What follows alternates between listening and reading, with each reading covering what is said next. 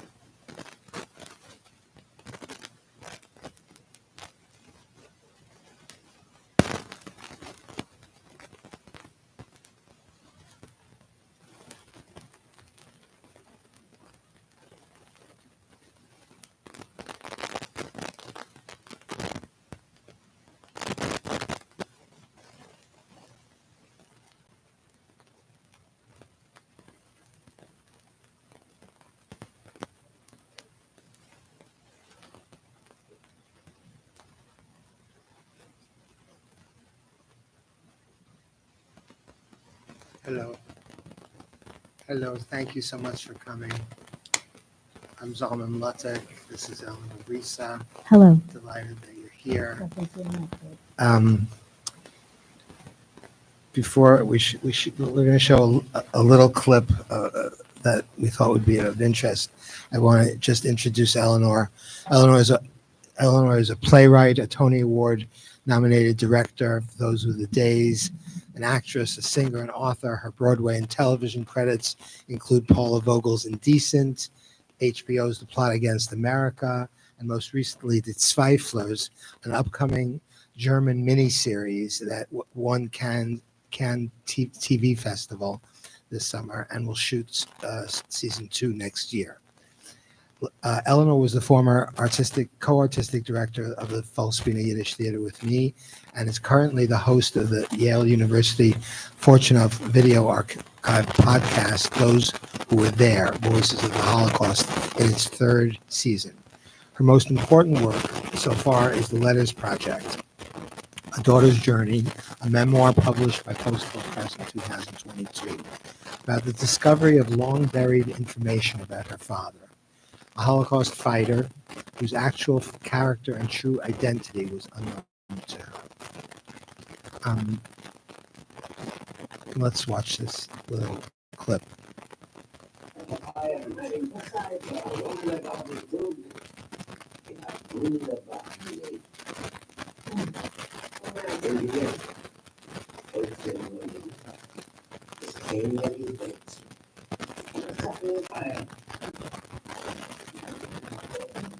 Eleanor Reissa als Auschwitz-Überlebende Zweifler in der ARD-Serie über eine jüdische Restaurantin.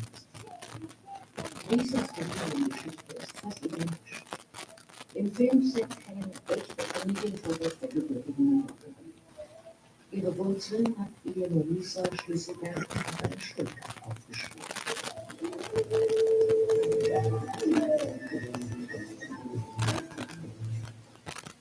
Mein ganzes Leben lang, bis zum heutigen Tag, war ich auf der Reise hin zu diesem Moment.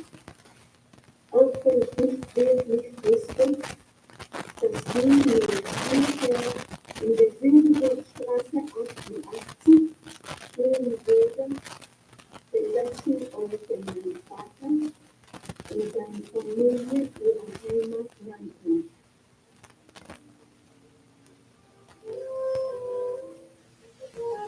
Haskell Schlüsselbergs erste Frau Fanny und die Tochter Frieda wurden 1942 von den Nazis deportiert. Heinrich entkam als Siebenjähriger mit einem Kindertransport nach England.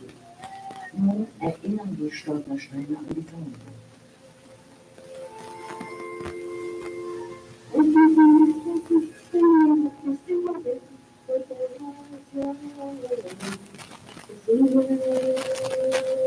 My first language is Yiddish. English ist meine Muttersprache. In meiner Familie wurde nie Jiddisch gesprochen. Englisch lerne ich in der Schule und beim Fernsehen. Aber das Magische ist meine ganze ist meine ganze Sprache von meinem Mann. Hat der Mensch gesehen.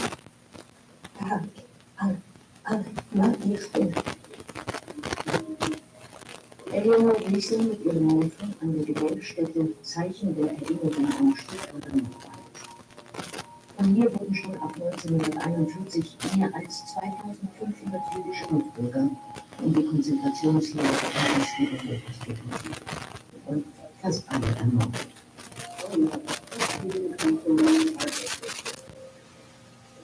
Schon einmal war sie hier, 2018 bei ihrer ersten Stuttgart-Reise. Die Namen ihrer Familie zu sehen, war schrecklich.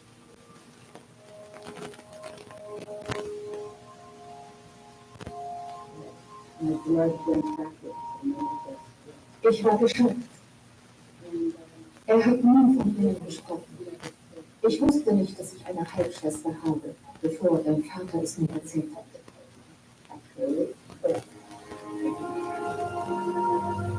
Eleanors Vater, Haskell Schlüsselberg, war der einzige von seinem Transport der Jugend aus Auschwitz zurückkam. Und dann? Sie weiß nur, dass ihre Eltern sich im Displaced Person Camp in Ulm kennengelernt haben. 1949 wandert ihre Mutter nach Amerika aus. Haskell schreibt ihr Briefe, bevor ihr folgt. Im Wäscheschrank der Mutter findet Eleanor Reissa Mitte der 80er Jahre über 50 Briefe auf Deutsch. Erst 30 Jahre später lässt sie diese übersetzen und ist tief berührt. In the United States, he worked in In Amerika arbeitete er in einer Fabrik, sprach schlecht Englisch, war fremd und ich dachte, er ist ein Loser.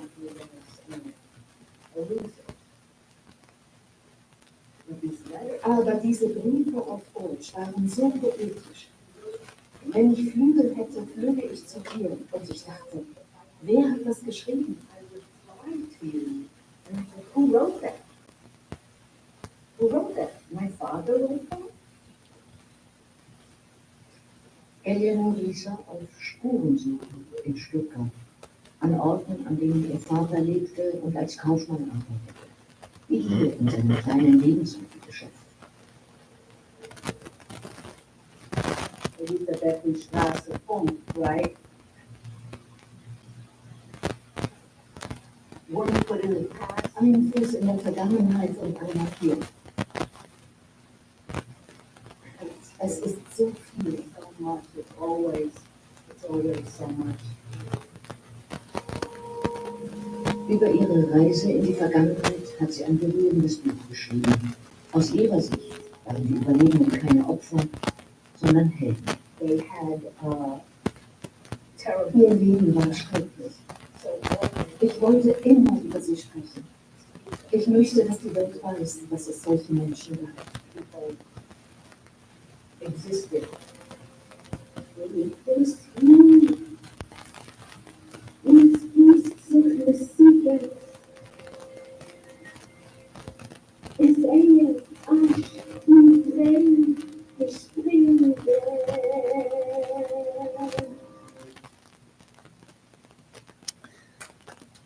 So you can get a little sense of how excited I was after I read the book and first spoke to Eleanor about the idea of turning this into a theatrical presentation.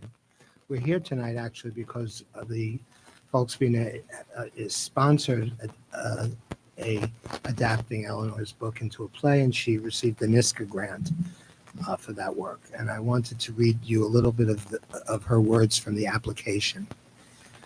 I am the child of parents who lived through the Holocaust. My understanding of that horror is personal and visceral.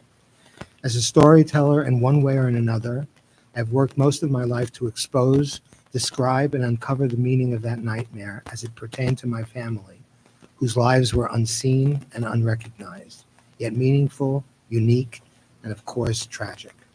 The world of the refugee, the tragedy of the other, the unseen, the huddled masses, that is my legacy. Even though I am Brooklyn born, my first language was Yiddish, the mother tongue, a language that goes straight to the heart, giving me direct access into the world of that refugee. For the last 40 years, besides my work in English, I've created in Yiddish. My voice and point of view are distinctive because, for better and for worse, my relationship with the horrors of the Holocaust and its aftermath have fed my creative life, affecting my sense of humor, dark, biting, ironic, irreverent, and influenced my own values, understanding the existential need for vigilance when we smell the stink of anti-Semitism and racism, homophobia, etc. When I was young, it wasn't spoken about. There were no Spielberg videos or archives or internet available. It was a hidden topic. My parents, who were tortured and enslaved, didn't speak about it, and we, their children, didn't ask because of their obvious pain. I spent my life imagining. That is part of what makes this story distinctive and unique. It is a story of facts about who my parents were before I knew them, before they were broken, and then what their lives looked like when they were caught in the dangerous eye. Nonfiction. No more imagining. I discovered with the kindness of strangers original documents and testimonies written by my father. Miraculously, I was given access to words and people and papers that I assumed were long buried. I was wrong. This is a story of the dead, connecting history, my history. Eleanor's words. So tell us, It's a Yeah. comedy. yeah. Well, it's hard to know where exactly Well, to begin. when I think about the discovery of the letters, I mean, just that. Yeah, so there's the book. I mean, the book. Yes. I wrote this book I wasn't going to write a book. I just was going to get the letters translated. These letters that I found in 1986. And if you haven't read the book, it reads exactly as she speaks. You hear her. Bad English you hear- and all, you hear Brooklyn her- accent, whatever. Her voice. Thank you, Zal. So I found these letters when my mother died in 1986, and I found them in her underwear drawer. I put them in my underwear drawer, and that was it. I looked at them but couldn't deal with them. They were written in longhand, 56 of them, all of them with the date 1949, all written by the guy who was going to be my father, Haskell Schlisselberg. And in 2017, I had this job Indecent on Broadway, Paula Vogel's great play, and I had some extra cash. And so I decided, also on the basis of them, of Paula and Rebecca Teichman, who created Indecent, that if they had me in their orbit, perhaps my own work would be worthy too. So maybe it's okay for me to invest in myself. And so I found a translator. I mean, and the book really is about the journey. I just wanted to translate the letters. And then the translator one day, who lived in Berlin, and I was there doing a concert with Frank London, and I had to give her money. She had to give me the letters. And she said, the letters were all had an address from Stuttgart. That was the address from my father. He was still stuck in Germany. My mother had gotten her visa and was in Brooklyn. And so this translator, this lovely woman, Yeva Lapsker, says to me in this Berlin coffee shop, she says, my brother lives in Stuttgart, she says. I said, oh, that's nice. And she said, yeah, I'm going there. This was in November. I'm going to go there in January. I said, well, good for you. And then she said, yeah, he lives around the corner from the address on your father's letters. Do you want to go with me? And so, and I was like, what? Go? Why? Everybody's dead. There's nothing. What are we going to do? And plus, it's going to cost me more money, which was always a question,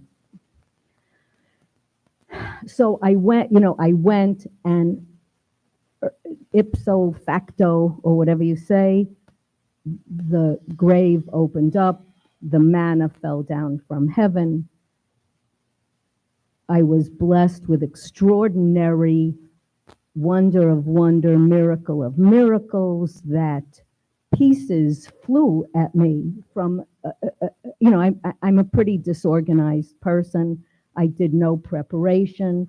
And Like what? What do you mean? Like that I'm disorganized? No, what pieces flew at you? What are you talking about? I went with Yeva. There's a synagogue in this town, Ulm. And Yeva had done research. And she said, listen, the rabbi in the synagogue in Ulm he's not involved in any Holocaust, anything. He's new. He doesn't really know anything or whatever. I said, well, let's go anyway.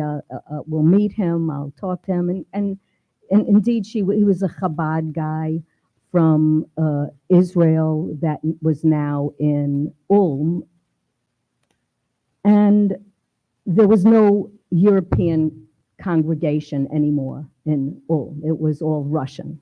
But he had a big congregation, but only Russian. No more German Jews, no Polish Jews, Russian Jews. But he said to me, you know, if you're going to Stuttgart, which we were going to go to, there's a woman there who's in charge of the Jewish Community Center, Mrs. Varsha, and I can give you her information. And I said, okay. I take out my phone. How do you spell that? And he's like, Warschcher. And now, just to backstep a second, in the letters that Yeva translated, there was a name in almost all the letters that sometimes, but it was longhand, and she didn't know if it was W-A-S, W-A-N, so sometimes she would write W-C, so that name was always spelt differently. This was a good friend of my father's. In his letters, he said, well, I met with this guy with a funny spelling, and so he spelled the name, and I thought, wait a minute, could she be related to that's the name. Maybe that's the name, Varsha. And I showed her, so the next day we wound up going to Stuttgart. That night she had written to the woman who didn't respond. And we had a number, and from the train station in Stuttgart, I called and I said, hello, is this Mrs. Varsha? Yes, who is this? I said, well, by any chance, are you related to Joseph Varsha? Beat, beat, beat. Yes, that was my father. Right, so like that. And then I meet her, you know what I mean? And then I meet her, and then there's another 100 things that she knew all of the names in my father's letters, all of the friends of my father's. Oh yes, this was my cousin, Ortner. This was, she was exactly my age. She was. What happened to him? To Joseph, her father? Yeah. He had a damn good life in Stuttgart and died. Her mother was still alive. And like my father, his wife, her mother, was 20 years younger and miserable like my mother, unhappy in the marriage, blah, blah, blah. Anyway, so that's just one of, my whole trip there was 5 days. I mean, I was just in Germany from Monday, really till Thursday. I left on Friday. And this body of information and body of, a 30-page transcript that my father gave to Wiedergutmachung, reparations, where he tells his whole life story that I don't know. And he did this in like God bless you, in 1964, and I'm in it. I mean, and it's all in German, so it comes to me like a Dickens novel, serialized. It was like serialized. Like every day, I sent out the paper, the transcript. I sent her 3 pages, him 3 pages, there 3 pages, there 3 pages. It was 30 pages of German stuff. And I sent dear friends, strangers, people, I sent them stuff. And every day at a certain point, I would get letters back. So, and I would read about my father, like a character in a book. I mean, so, and it wasn't like happy stuff. It wasn't laugh a minute. He was on the death march, for example. I mean, his time in Auschwitz, his time getting to Auschwitz, on the train to Auschwitz, what was that like? I mean, I've read everybody else's travelogue about their transport to Auschwitz, but all of a sudden I'm reading about my father's transport to Auschwitz. So when I went to Germany, I thought, I'll write a little play about this. That's what I know how to write. I know how to write plays. I'll write a little three-hander, we call it. A mother, a father, and a me, a kind of everyone else. I'll play everyone else, or they'll play everyone else, and we'll have a three-hander. The story was too big for me to write a play. I mean, it was too big. For me, it was a gigantic screen that I did not think a play could accommodate. I didn't know how to accommodate such stuff in a play. And frankly, I had no interest in it. I wanted to write a book or a movie or a mini series. I mean, it was big. So I wrote the book. But not to miss an opportunity, you know, when one is a freelance artist, one takes the ships that scoot by, even if that's not necessarily the ship you're expecting or necessarily wish. I mean, my wish would have been that it was a New York Times bestseller. That was my wish, that it then be optioned for a film and that HBO buy it, that Aaron Sorkin wants to do it, and that, what's her name? Natasha Lyonne plays me. This is my dream for this piece, if you want to know, if you have any connections, that's the dream. So fine. But the New York State Council for the Arts and the folks being a Yiddish theater kind of got together-ish and asked me to write a proposal to turn this into a play about the book.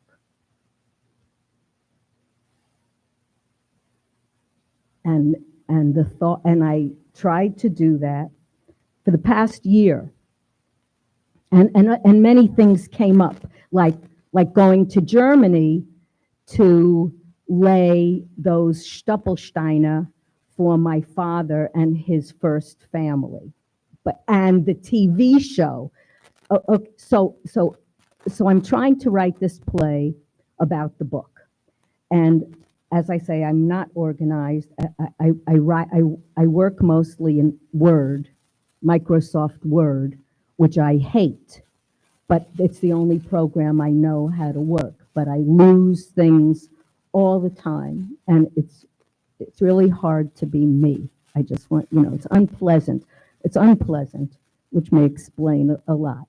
But so my first idea-ish about it. So I brought with me some of my efforts and how it is that how the process. So it has been a process this year of with everything else to try to write the play based on the book. And so my first thought about it was the Letters Project, you know, a journey in 32 chapters, something like that. And, you know, it would be like, because there were, I think, 32 chapters. And I would write about,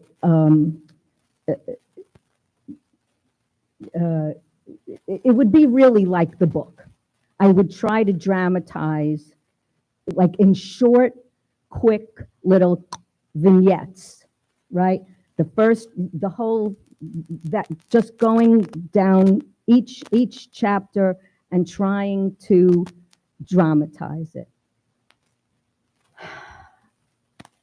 You know, how many times I rewrote this, had to like edit this book and rewrite this book. And so now I'm back in this book. I mean, I'm not happy about this.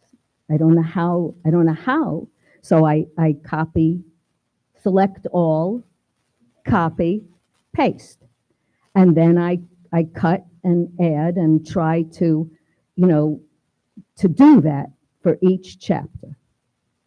And I'm so unhappy. I'm so unhappy. It's not what I want to do. It's not what I want to do. So I do something else. It's not that, it's this. So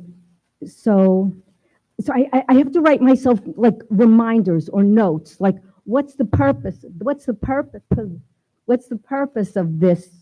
What questions do I need to ask? How do you dramatize this story? And what is it? So I'm just going to read you some stuff a little bit, and it's a little bit how I think and write or something. Okay, it's a story of a girl, the daughter of Holocaust people, who spends her life trying to put the broken pieces of her family back together, who at the age of 70, and never mind. Already it's huge. Already the secrets are revealed, and I might as well end it right there. I felt like who at the age of 70, after 55 years, realizes the folly of her efforts. So what I wanted to write about, since the book was published to today, I thought I would write about that so I'm going to just keep reading. Why do you bother? Must you always keep looking back? Can't you be in the now, for goodness sakes? What the hell is the value of continuing to examine and uncover more and more of the Holocaust onion? Are you short on tears? Masochist. Remember when your brother, your father's son from his first marriage, who lived because your father put him on the Kinder transport, said he doesn't like to look back? Why do you bother? He asked in his British accent. Remember when you read in your father's psychological Wiedergutmachung reparations testimony that he said what kept him alive in Auschwitz was that he did not look back. That was how he survived, he said, by not looking back, by not thinking of everything he had left behind, and everyone he had left behind, and everyone and everything who were gone. That's what he said. That's how he lived, because he did not look back. How did he manage that? Who can imagine?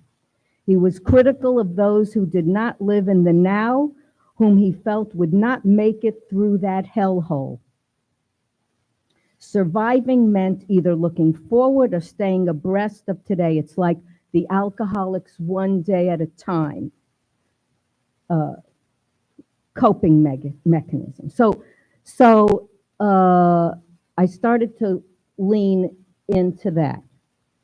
And then I wrote, and then I thought, okay, what if it's me, a one-person play, which we had discussed. And as one person, I have many voices in a way, and there's me, and there's me as you, me speaking to myself, the first person, and then there's me in the second person. It could be me in the third person, but I'm not that sophisticated.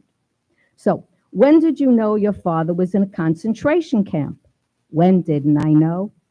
Did anyone tell you? I guess someone must have told me, right? You don't remember? No. My father had a number tattooed on his left arm. I must have asked someone, no? What's that on Daddy's left arm? So I guess what this is today, is a bit of my process and a bit of the exploration that I've been doing, trying to make sense of this. And what comes to mind a little bit are also other theatrical things that I've seen, and two things in that regard. One second. One is the Alex Edelman one man show, which I forget the name of, Just for You or Just for Me or Just for Us, something like that. If you don't know Alex Edelman, you can look him up. But he's a young Jewish writer, comedian, but more than a comedian, storyteller, and a grandchild of Holocaust survivors, and I think the son of an Orthodox family. Yeah. So he's really a Yid like us, well, me and you. And I saw his show, and his show, it's about an event where, I'll just do quick, right, but it's about an event where he decides one day, because of this Twitter feed, that he's been seeing a lot of anti-Semitic and Nazi things.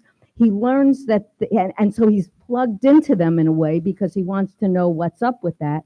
And there's a Nazi meeting, an official Nazi meeting in Queens. And so this is what his act is about, right? His act is about this event in Queens, and he's telling this story in Queens. And if you haven't seen it, I'm not going to give away the end. But he goes all the way around, and I think to myself, yeah, I like that. And if there's some way for me to begin to tell a story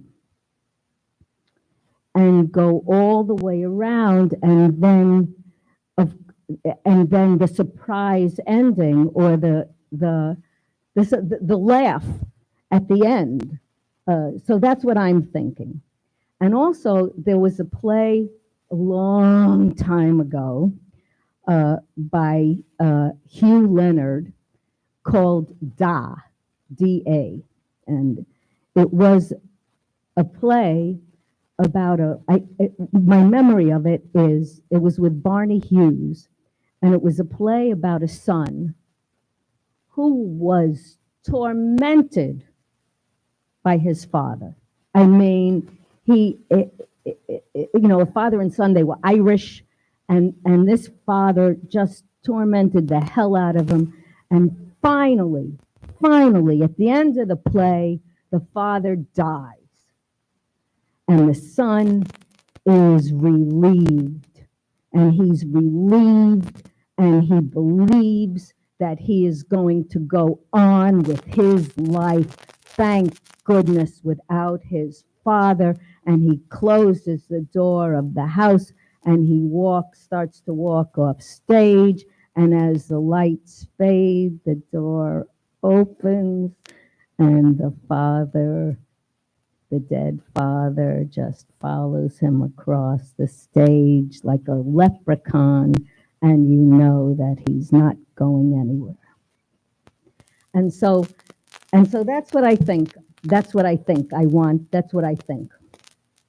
So, I just want to, one of the things that struck me very deeply was actually, as you describe your father as a Holocaust fighter, as opposed to a survivor, and you write about it beautifully. Why don't you talk about it?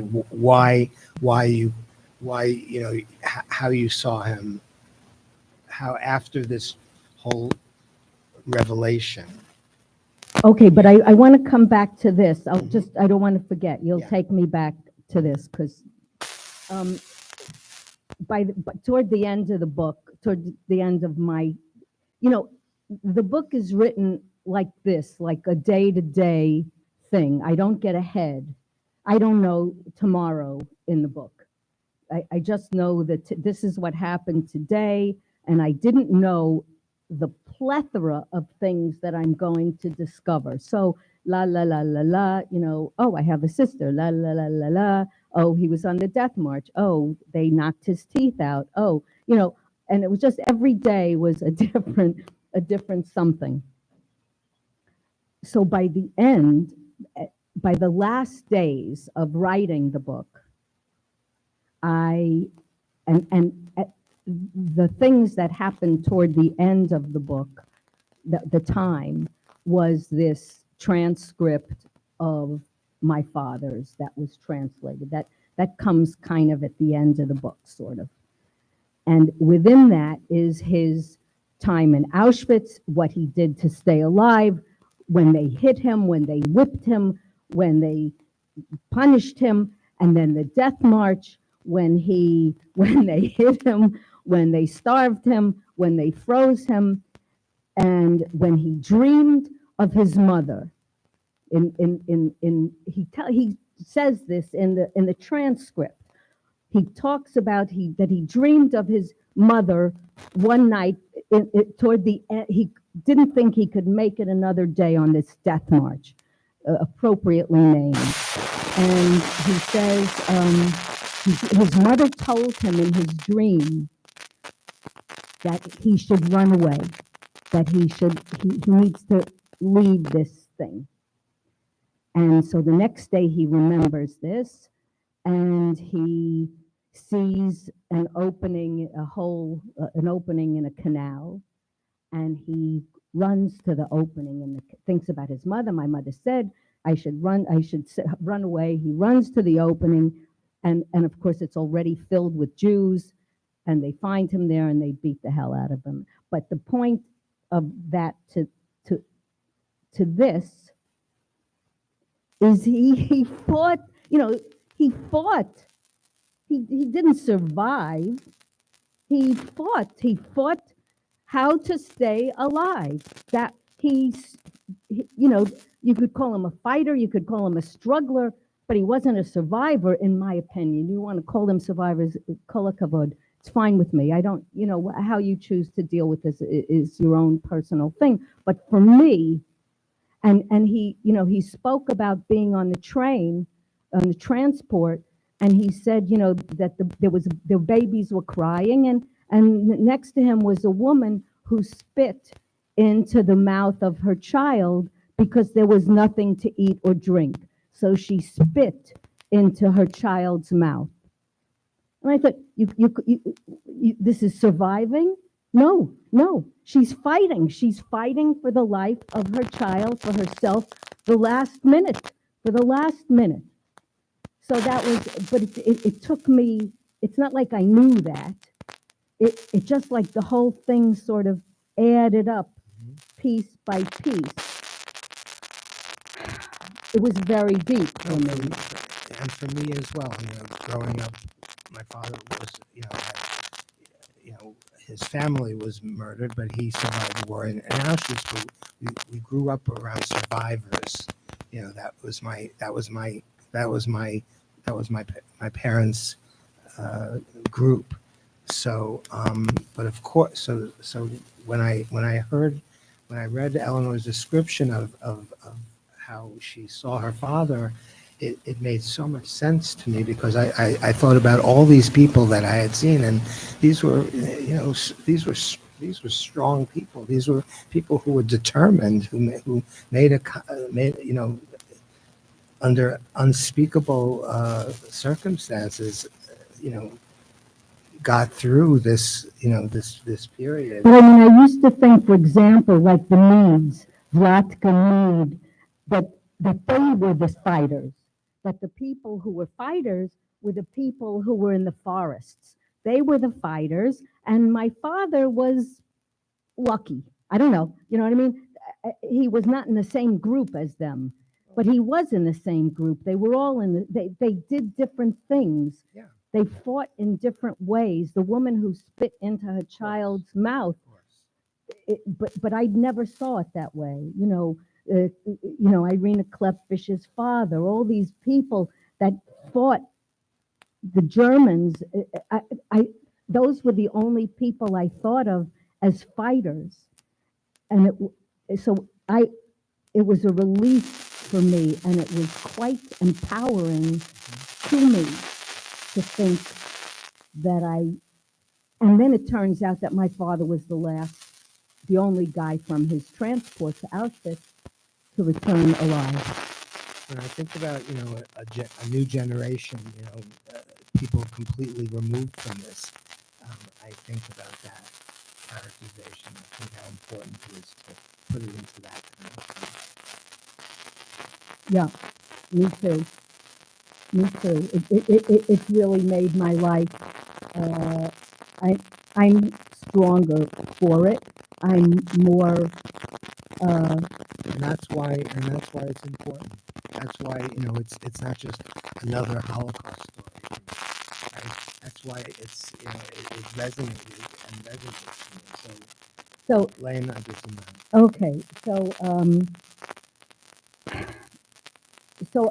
so what I decided, or what I thought I decided, or what I thought I would like to explore was the journey after the book. So the book is the daughter's journey, and this play, I'm thinking, would be the journey continues, kind of. And with that in mind, I would just like to say the same way that all that stuff was unloaded on me when I was doing the 5 days in Germany, this is what was unloaded. So the book was published in 22. So is that it? Yeah, I guess 22. So there's a reporter in this book who I don't like, who we become, of course, good friends. I never like anybody, and then we become good friends. So she knew that. I'll try to make this fast because maybe I wanted to get another passport. So I was writing this book like in 2018, 2019, and I don't like. I personally don't like this direction the country is going at that time, and I think to myself, listen, your parents were Polish. You ought to be able to get a passport just in case you need to run away. I'm from the people who run away. Everyone who stayed in Poland from my father's family was killed. My father, who was in Germany during the war, from 1918 till they took him in 43, lived. It was only the family who stayed in Poland that was killed, primarily. I mean, that's who was killed. So I'm thinking, I want a passport. Poland. I don't want to go to Poland, but Poland is EU, and I want a passport. So I tried to get one, and I was too disorganized, and I couldn't get one. The reporter in the book, who's now my friend, calls me one day. So this is now the prizes from the book. This is now what I'm getting from the wake of the book. She calls me, she says, hey, they changed the law in Germany, Eleanor, and if you are a descendant of a slave from the camps, they don't have to have been citizens. You are entitled to citizenship. I go. She hooks me up to a refugee attorney, and within 2 months and for free, I get myself a citizen. I have a German passport. She calls me and she says, oh, congratulations, you are German. And I think, yeah, but okay. So I get a German passport. So when I get a German passport, I get the passport. I have some business somewhere. I want to thank this lawyer who did this for me for free. So I go to Stuttgart. I meet this lawyer. We take a photo of him and me with the passport. I post it on Facebook. I come back from Germany. I get a call from Mike Burston, who says to me, I'm so glad you posted that. I just got a job in this TV show in Germany, and they're looking for a wife for me.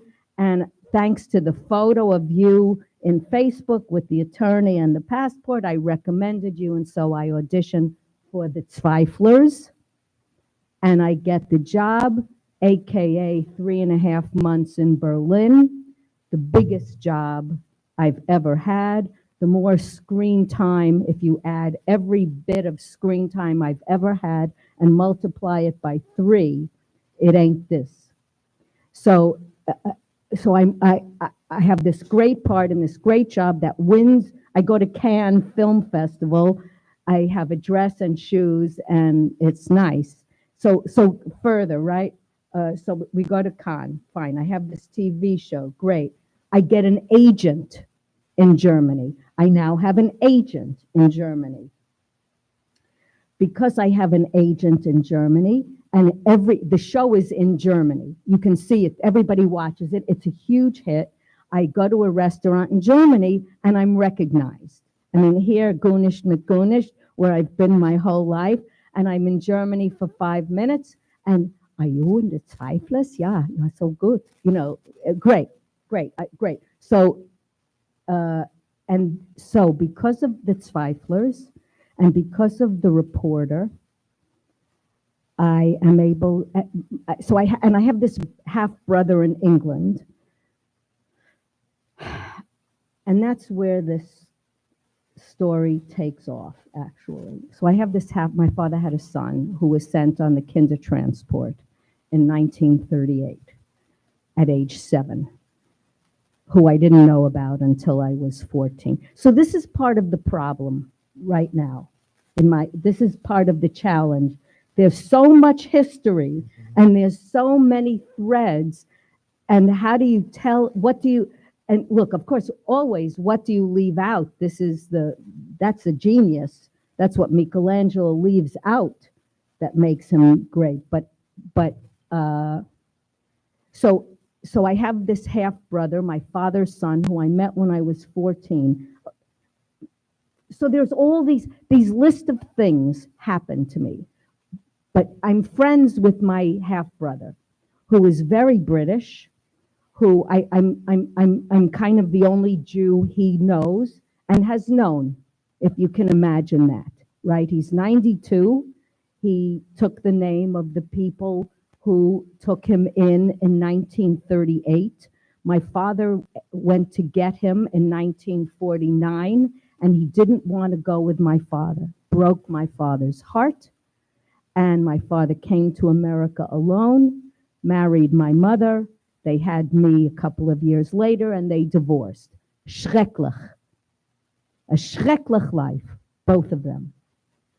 So my brother, Harry, doesn't look back, which I'm told is how Kindertransport people often are. That as children, they worked so hard to make a new life, to have a new life, that they stopped. They stopped the past. The past did not exist, and they moved on. So he had a new father, a new mother, and 3 new sisters. But I want to be his sister. But I want my father to be his father, and I want to be his sister, and I want him to be my brother. I mean, I am for better and for worse, the reminder for him, and the reminder for his wife, who didn't marry a Schlüsselberg. She did not. She married a Wrightson. That's what she didn't want to marry a Grine. I mean, she didn't. No judgment. No, not much anyway. She didn't want to marry a Grine. Okay, so I tell Harry that we can lay these Stoppelsteine, but we need an address. And he says, I think I remember the address. It's either Silver something. It's 80, I think it's 80 or 88 Silver something. Well, you know, the reporter is a tenacious woman, and she, yes, indeed, it's 88 Silberburgstrasse, 88. Well, and she finds proof of this, so now we can lay these Stoppelsteine, and she says to me, I would like to interview your brother for the newspaper. So I ask Harry if he minds, can we go interview him? And I'm thinking he'll say no because he is private. He says yes. And I said, could I bring a film crew? Look, he's 93. He remembers Kristallnacht. He remembers the Kindertransport. His body is shot, but his head is still clear. So he's really one of the last guys. So I expect him to say no, but he says yes. So he'll accept a video. I can bring a camera crew. Okay, I know some people. I know some good people. Will you do it? And we're starting to work on it. A few days later, my brother's wife calls and says, "You can't do that. You can't do that." Okay, so I mean, I really a bit of the wind gets. I'm almost there. Should I stop? No, go on. So did you ever get it? well, yes. So Hilke Lawrence is the reporter. She and so I wound up getting another German job through my agent in Germany. I'm now in a German film speaking German. Correct. Good luck to me. And in the middle of all that, we take a quick trip to England to see Harry. We go to see Harry. And she interviews Harry, and we can't have a crew, so we just put up a little camera, and I have my camera for my iPhone. And he says things. And he says his truth.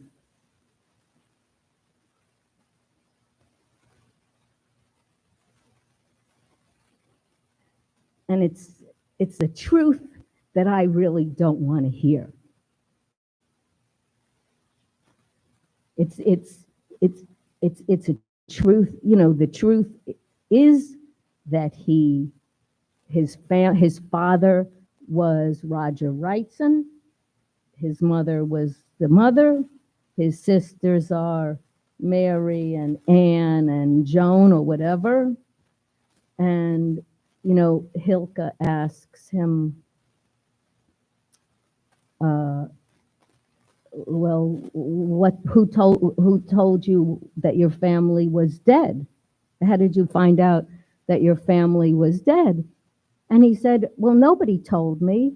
I just assumed because nobody was coming back and everybody seemed to die and we didn't hear anything. So I just assumed they were dead, and he went on with his life. And she said, well, how was it when you found out that your father was alive? And he said, it was a nasty shock.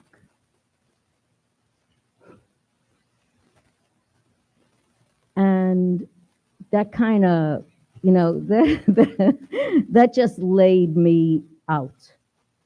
That laid me out. And it's from that, in a way, that I then wrote this. Congratulations, as Kim. So the name of the project to me now is called the Letters Project, A Nasty Shock.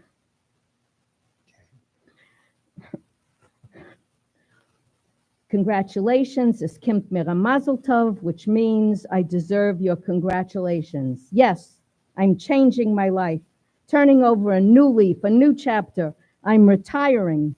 I could have retired at 65, but I'm retiring now finally. I'm quitting my job, sending in my formal letter of resignation from right to left.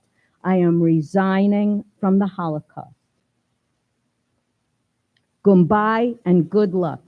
This is it.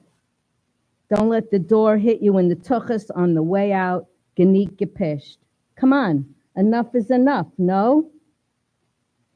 I want to hang up my Holocaust gear, Auf Wiedersehen striped pajamas, and I'm retiring my father's number 101515, adios, onto the wall like Yankee Stadium's monument in the Bronx, joining 6 million other luminaries. Too soon? Sorry. Look, I've lived so long with them. What? Isn't there anything else inside me? No other areas to explore of interest and shine light onto? So many possibilities. Of course, there's always the possibility that without it, I'm nothing, shapeless, formless, dull, empty like everyone else. No, not really, just a little. Okay. So I mean, it's in a shame.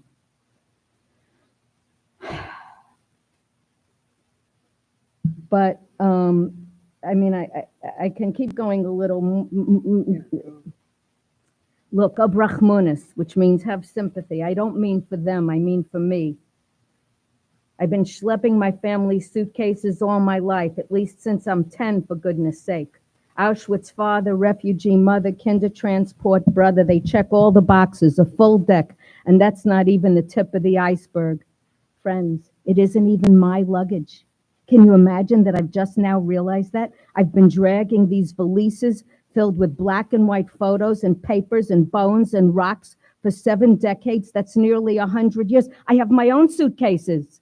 I don't need their suitcases. My bags are overflowing with my stuff, my neuroses, my injuries. I don't need someone else's.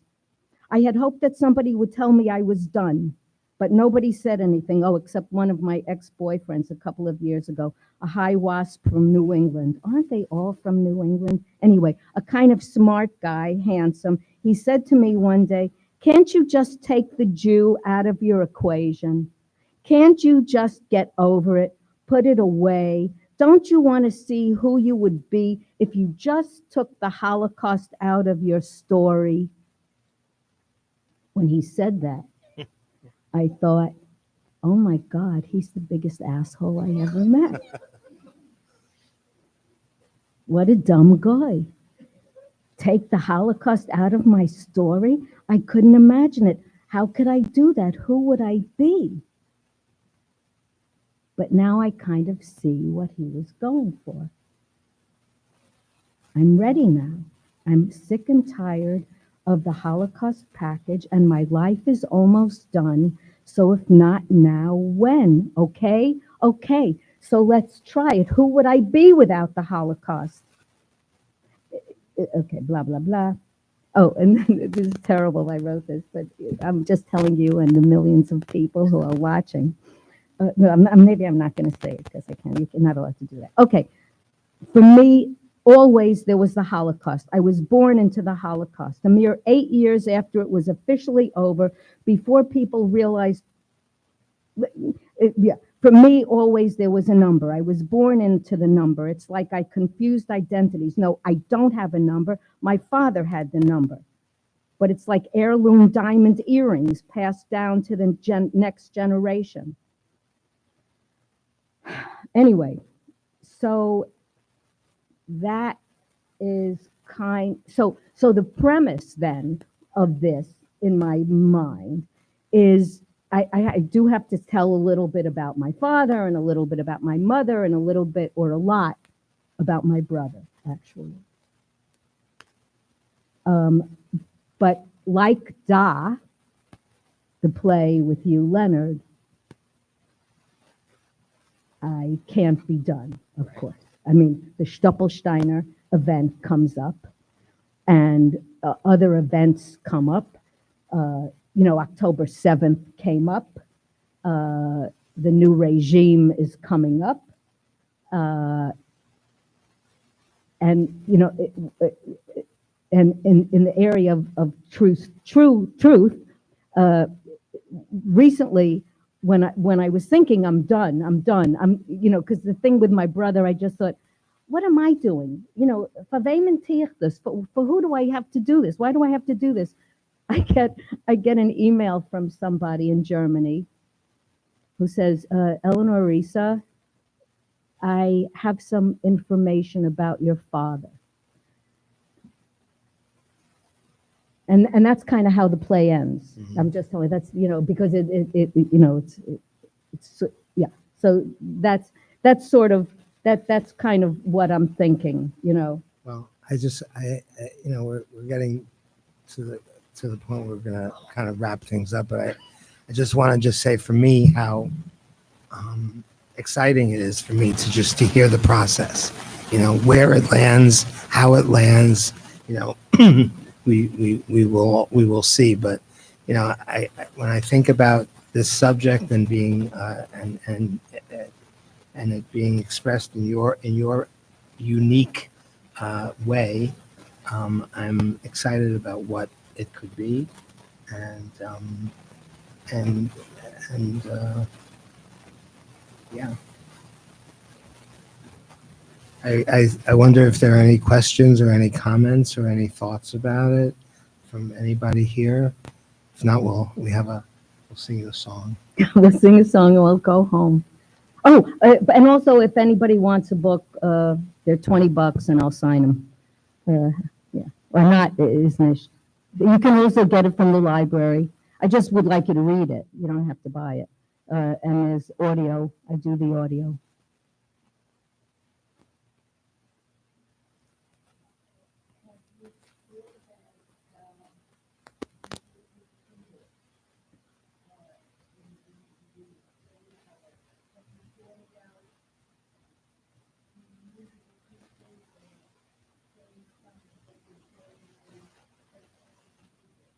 So she's asking, This is Dr. Eva Fogelman, who is one of the foremost psychotherapists and people who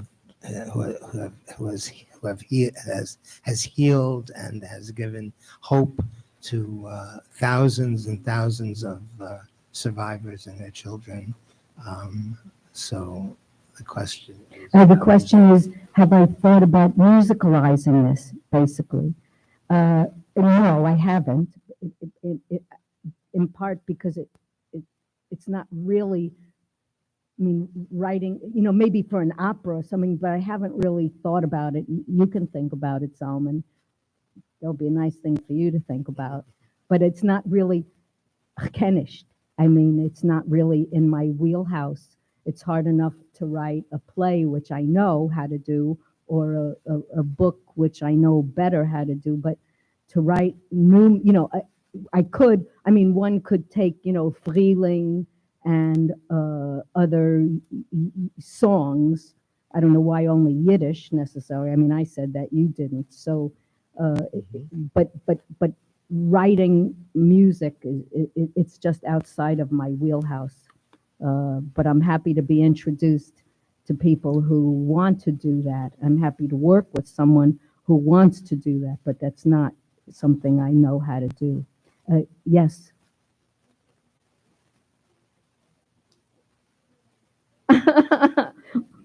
What type of space do I see? The Schoen proscenium black box.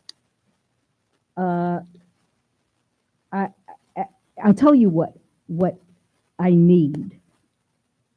I need a director. I'm a director, but I don't want to. I need a person that I trust to work with, who together with me, we move it forward and we see it somewhere. Because what I see is small and limited, and I don't think it needs to be. Somebody has to have a better vision of it than I have. I don't have one, I don't have one, but there are people that I would like to work with, and maybe in the new year, it'll be time to grab some of them and see if they want to have a go. Because it's also, I have so many different pieces of this little idea, blah, blah, blah, blah, blah. And so I need somebody, I need somebody to say it's okay also, because, from a theatrical, but also, how far on a limb, how far out on a limb can I go? Because I would like to go just until before the rock cracks and I fall into the ditch, or somebody pushes me into the ditch. Yeah,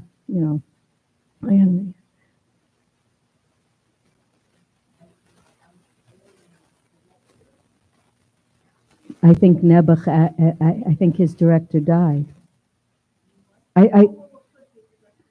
Yes, but there are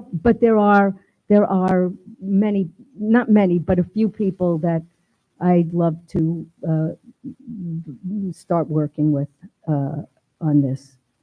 Yeah, but in a way, doing something that's current is very difficult because things change so quickly now. Everything changes, so much, and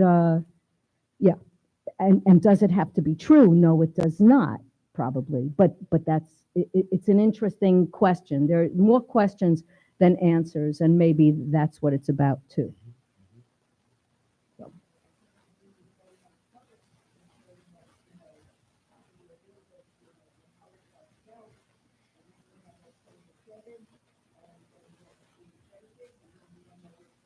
Correct. And we have Syria, and we have Israel, and we have Melbourne, and the world keeps turning. The world. So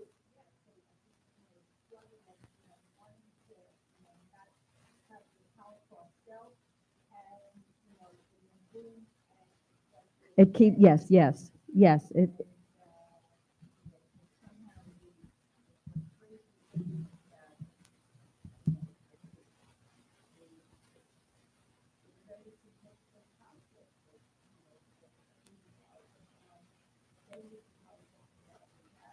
Yeah. Yeah.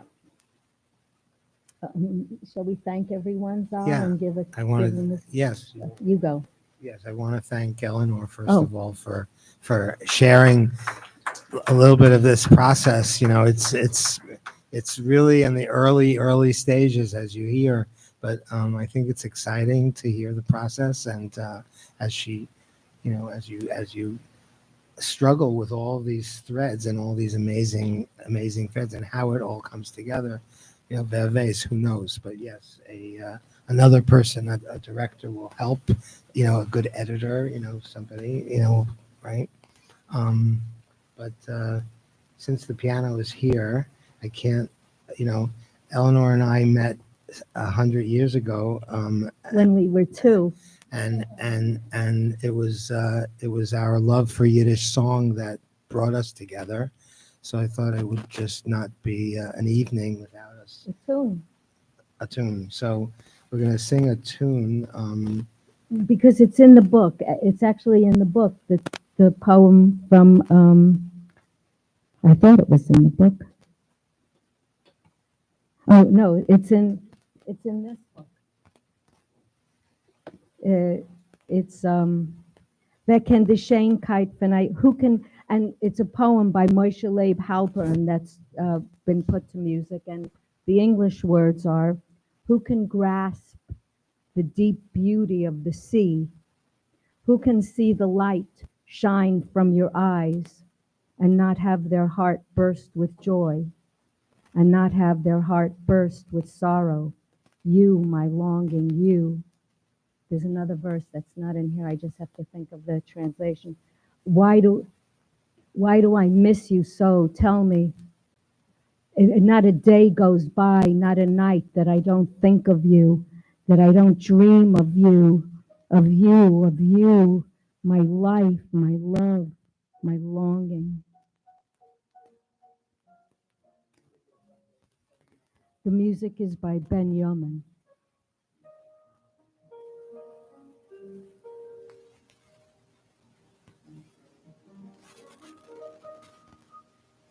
Wer kennt die Schönheit, wenn Jam verstehen? Wer kennt die Schein, wenn deine Augen sehen und nicht zerrissen werden, so sein Herz verfreit. Und nicht zerrissen werden, so sein Herz verleiht. Du, meine du.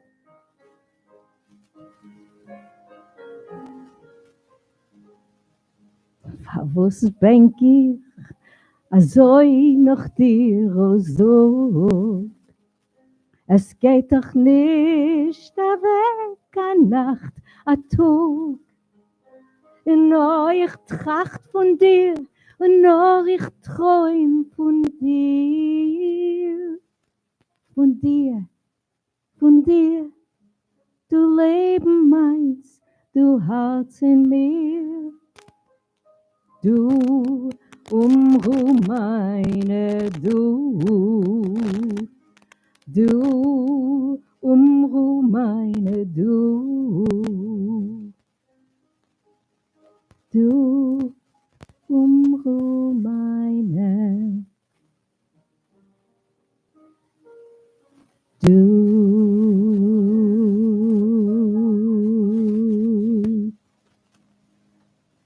Thank you. Thank you for coming. Thank you to the Folkspieler, National Yiddish Theater Folkspieler, and Zalmen and Mlotek and Ben noch Zalmen. Oh, but ich kenne Shade, so and the Museum of Jewish Heritage, I'll be the translator, for hosting us. Thank you. Oh.